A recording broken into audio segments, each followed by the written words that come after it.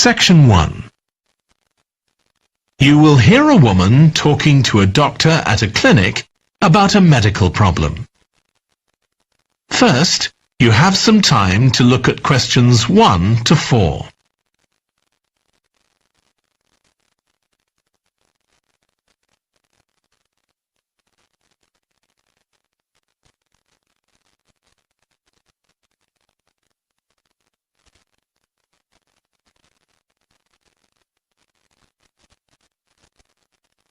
You will see that there is an example that has been done for you. On this occasion only, the conversation relating to this will be played first. Hi, come and take a seat. Thank you. My name's Carl Rogers and I'm one of the doctors here at the Total Health Clinic. So I understand this is your first visit to the clinic? Yes, it is. Okay, well I hope you'll be very happy with the service you receive here. So if it's all right with you, I'll take a few details to help me give you the best possible service. Sure. So, can I check first of all that we have the correct personal details for you? So your full name is Julie Ann Garcia. That's correct. The woman's name is Julie Ann Garcia. So Garcia has been written in the space. Now we shall begin. You should answer the questions as you listen, because you will not hear the recording a second time. Listen carefully and answer questions 1 to 4. Hi, come and take a seat. Thank you. My name's Carl Rogers and I'm one of the doctors here at the Total Health Clinic. So I understand this is your first visit to the clinic? Yes, it is. Okay, well I hope you'll be very happy with the service you receive here. So if it's all right with you, I'll take a few details to help me give you the best possible service. Sure. So, can I check first of all that we have the correct personal details for you? So your full name is Julie Ann Garcia. That's correct. Perfect. And can I have a contact phone number? It's 219-442-9785. Okay, and then can I just check that we have the correct date of birth? October 10th, 1992.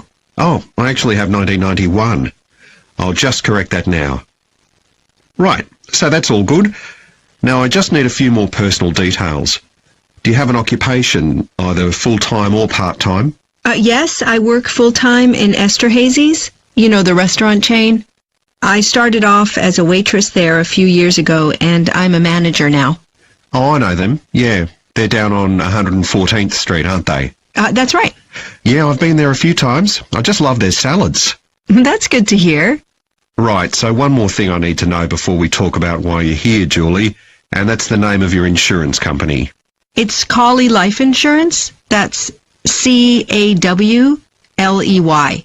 Excellent. Thank you so much. Before you hear the rest of the conversation, you have some time to look at questions 5 to 10.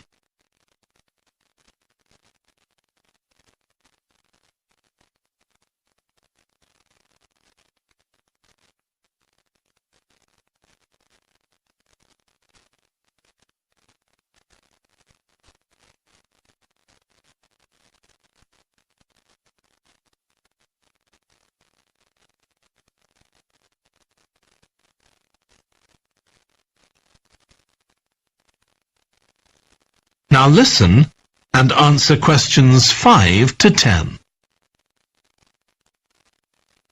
Now, Julie, let's look at how we can help you. So tell me a little about what brought you here today. Well, I've been getting a pain in my knee, the left one. Not very serious at first, but it's gotten worse, so I thought I ought to see someone about it. That's certainly the right decision. So how long have you been aware of this pain? Is it just a few days, or is it longer than that? Longer. It's been worse for the last couple of days, but it's 3 weeks since I first noticed it. It came on quite gradually, though, so I kind of ignored it at first. And have you taken any medication yourself, or treated it in any way? Yeah, I've been taking medication to deal with the pain, Tylenol, and that works okay for a few hours, but I don't like to keep taking it. Okay. And what about heat treatment? Have you tried applying heat at all? No, but I have been using ice on it for the last few days. And does that seem to help the pain at all? A little, yes. Good. Now, you look as if you're quite fit normally. I am, yes. So do you do any sport on a regular basis? Yes, I play a lot of tennis. I belong to a club, so I go there a lot. I'm quite competitive, so I enjoy that side of it as well as the exercise, but I haven't gone since this started. Sure. And do you do any other types of exercise? Yeah, I sometimes do a little swimming, but usually just when I'm on vacation. But normally I go running a few times a week, maybe 3 or 4 times. So your legs are getting quite a pounding, but you haven't had any problems up to now? No, not with my legs. I did have an accident last year when I slipped and hurt my shoulder, but that's better now. Excellent. And do you have any allergies? No, none that I'm aware of. And do you take any medication on a regular basis? Well, I take vitamins, but that's all. I'm generally very healthy. Okay. Well, let's have a closer look and see what might be causing this problem. If you can just get up. That is the end of section 1. You now have half a minute to check your answers.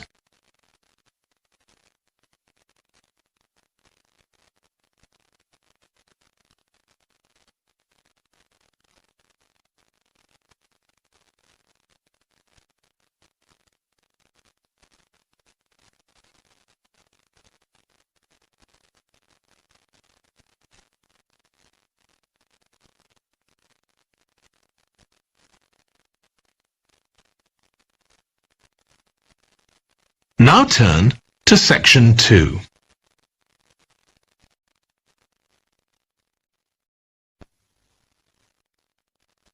Section 2. You will hear a guide talking to a group of tourists who are about to visit an English castle. First, you have some time to look at questions 11 to 15.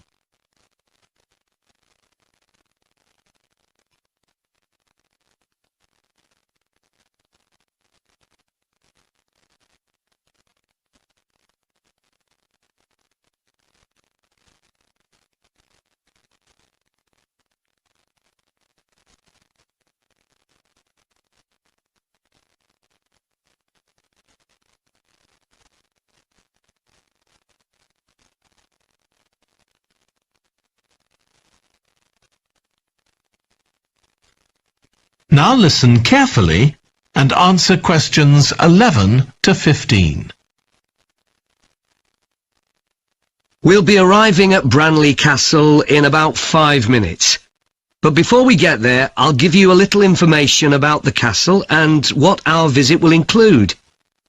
So, in fact, there's been a castle on this site for over 1100 years. The first building was a fort constructed in 914 AD for defence against Danish invaders by King Alfred the Great's daughter, who ruled England at the time. In the following century, after the Normans conquered England, the land was given to a nobleman called Richard de Vere, and he built a castle there that stayed in the de Vere family for over 400 years. However, when Queen Elizabeth I announced that she was going to visit the castle in 1576, it was beginning to look a bit run down. And it was decided that rather than repair the guest rooms, they'd make a new house for her, out of wood, next to the main hall. She stayed there for 4 nights, and apparently it was very luxurious. But, unfortunately, it was destroyed a few years later by fire. In the 17th century, the castle belonged to the wealthy Fennis family, who enlarged it and made it more comfortable. However, by 1982, the Fennis family could no longer afford to maintain the castle, even though they received government support, and they put it on the market. It was eventually taken over by a company who owned a number of amusement parks. But when we get there, I think you'll see that they've managed to retain the original atmosphere of the castle. When you go inside, you'll find that in the staterooms, there are lifelike moving wax models dressed in costumes of different periods in the past, which even carry on conversations together. As well as that, in every room, there are booklets giving information about what the room was used for, and the history of the objects and furniture it contains. The castle park's quite extensive. At one time, sheep were kept there, and in the 19th century the owners had a little zoo with animals like rabbits and even a baby elephant. Nowadays the old zoo buildings are used for public displays of paintings and sculpture. The park also has some beautiful trees, though the oldest of all, which dated back 800 years, was sadly blown down in 1987. Now, you're free to wander around on your own until 4:30, but then, at the end of our visit, we'll all meet together at the bottom of the great staircase. We'll then go on to the long gallery, where there's a wonderful collection of photographs showing the family who owned the castle 100 years ago having tea and cakes in the conservatory. And we'll then take you to the same place, where afternoon tea will be served to you. Before you hear the rest of the talk, you have some time to look at questions 16 to 20.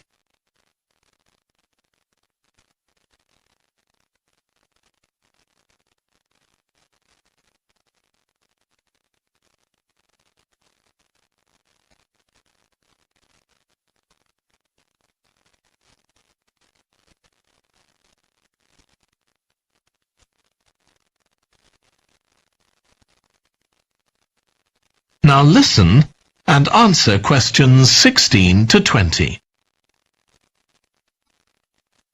Now, if you can take a look at your plans, you'll see Branley Castle has 4 towers joined together by a high wall, with the river on 2 sides. Don't miss seeing the Great Hall. That's near the river in the main tower, the biggest one, which was extended and redesigned in the 18th century. If you want to get a good view of the whole castle, you can walk around the walls. The starting point's quite near the main entrance. Walk straight down the path until you get to the south gate, and it's just there. Don't go on to the north gate. There's no way up from there. There'll shortly be a show in which you can see archers displaying their skill with a bow and arrow. The quickest way to get there is to take the first left after the main entrance and follow the path past the bridge. Then you'll see it in front of you at the end. If you like animals, there's also a display of hunting birds, falcons and eagles and so on. If you go from the main entrance in the direction of the south gate, but turn right before you get there instead of going through it, you'll see it on your right, past the first tower. At 3 p.m, there's a short performance of traditional dancing on the outdoor stage. That's right at the other side of the castle from the entrance and over the bridge. It's about 10 minutes walk or so. And finally, the shop. It's actually inside one of the towers, but the way in is from the outside. Just take the first left after the main entrance, go down the path and take the first right.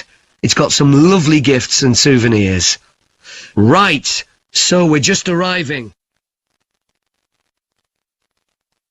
That is the end of section 2. You now have half a minute to check your answers.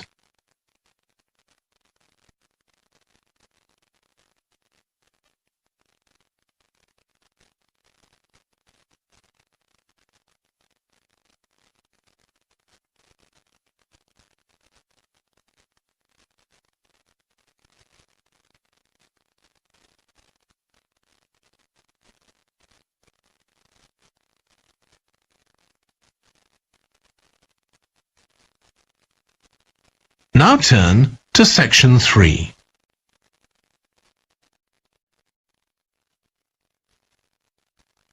Section 3. You will hear 2 environmental science students, called Rosie and Martin, discussing their presentation on an extinct animal called the woolly mammoth with their tutor. First, you have some time to look at questions 21 to 24.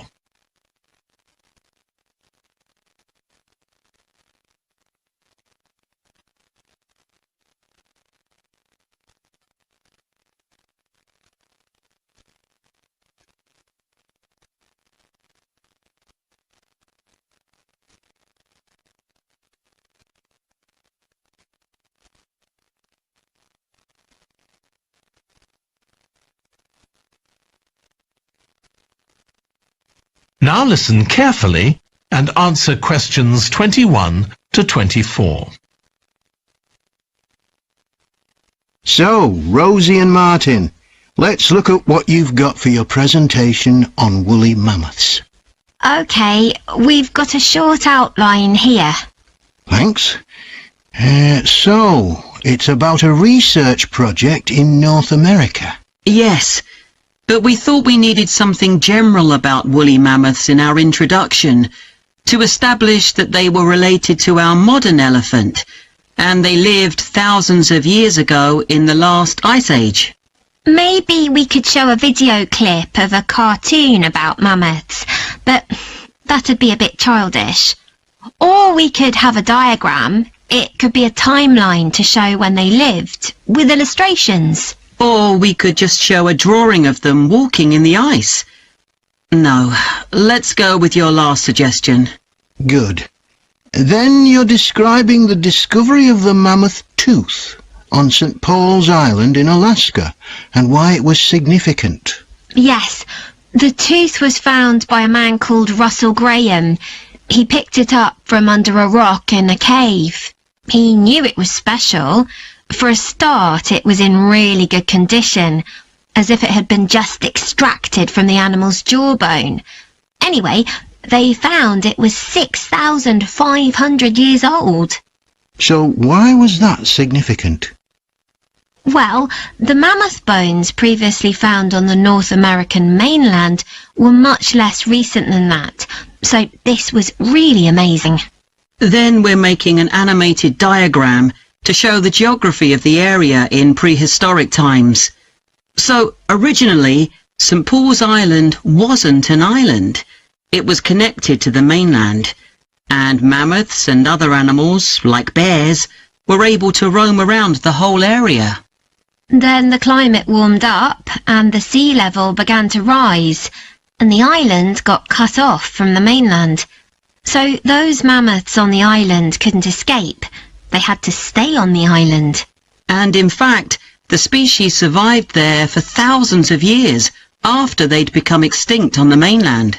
So why do you think they died out on the mainland? No one's sure. Anyway, next we'll explain how Graham and his team identified the date when the mammoths became extinct on the island. They concluded that the extinction happened 5,600 years ago, which is a very precise time for a prehistoric extinction. It's based on samples they took from mud at the bottom of a lake on the island. They analysed it to find out what had fallen in over time. Bits of plants, volcanic ash, and even DNA from the mammoths themselves. It's standard procedure, but it took nearly 2 years to do. Before you hear the rest of the discussion, you have some time to look at questions 25 to 30.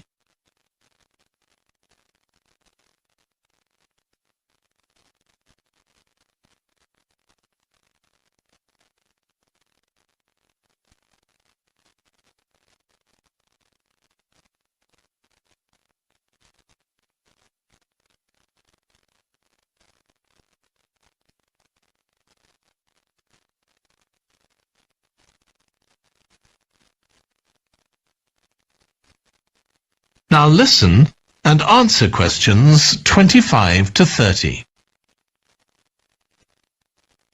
So why don't you quickly go through the main sections of your presentation and discuss what actions needed for each part? Okay, so for the introduction, we're using a visual. So once we've prepared that, we're done. I'm not sure. I think we need to write down all the ideas we want to include here, not just rely on memory. How we begin the presentation is so important. You're right. The discovery of the mammoth tooth is probably the most dramatic part, but we don't have that much information, only what we got from the online article. I thought maybe we could get in touch with the researcher who led the team and ask him to tell us a bit more. Great idea. What about the section with the initial questions asked by the researchers? We've got a lot on that, but we need to make it interesting. We could ask the audience to suggest some questions about it, and then see how many of them we can answer. I don't think it would take too long. Yes, that would add a bit of variety. Then the section on further research carried out on the island, analysing the mud in the lake. I wonder if we've actually got too much information here. Should we cut some?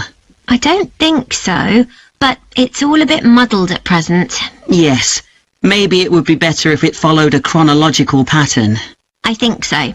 The findings and possible explanations section is just about ready, but we need to practice it so we're sure it won't overrun. I think it should be okay, but yes, let's make sure. In the last section, relevance to the present day, you've got some good ideas, but this is where you need to move away from the ideas of others and give your own viewpoint.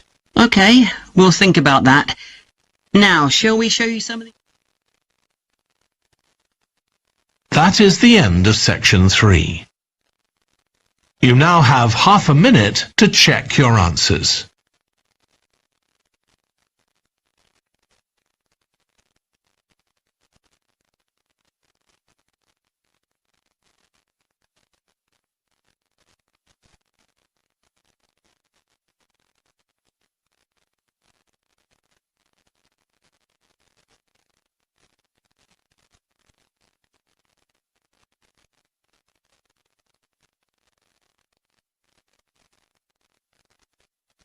Now turn to section 4. Section 4. You will hear a lecture about the history of weather forecasting. First, you have some time to look at questions 31 to 40.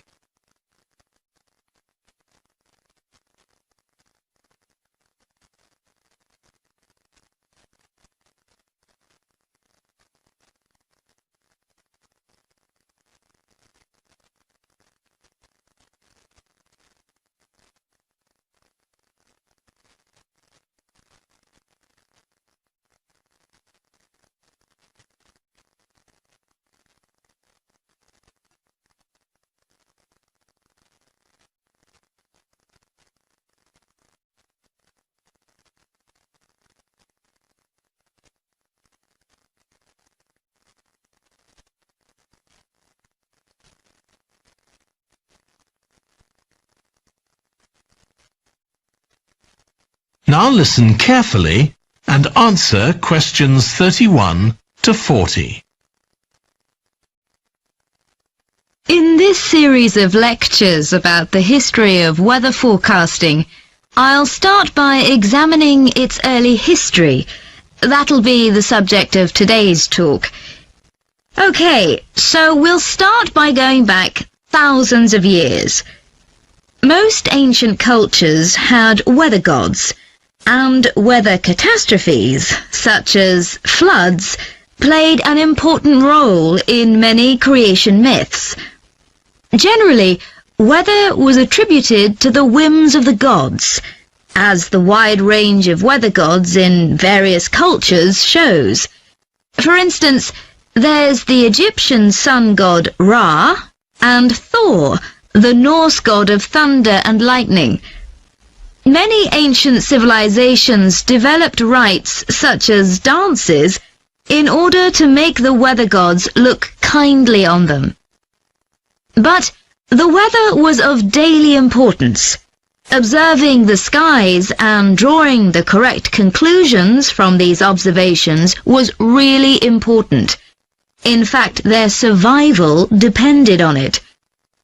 It isn't known when people first started to observe the skies, but at around 650 BC, the Babylonians produced the first short-range weather forecasts, based on their observations of clouds and other phenomena.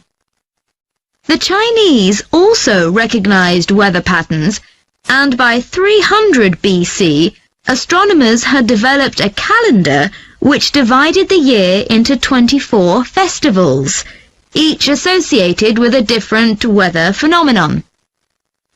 The ancient Greeks were the first to develop a more scientific approach to explaining the weather. The work of the philosopher and scientist Aristotle in the 4th century BC is especially noteworthy, as his ideas held sway for nearly 2,000 years. In 340 BC, he wrote a book in which he attempted to account for the formation of rain, clouds, wind, and storms. He also described celestial phenomena such as halos, that is, bright circles of light around the sun, the moon, and bright stars, and comets. Many of his observations were surprisingly accurate. For example, he believed that heat could cause water to evaporate, but he also jumped to quite a few wrong conclusions, such as that winds are breathed out by the earth. Errors like this were rectified from the Renaissance onwards.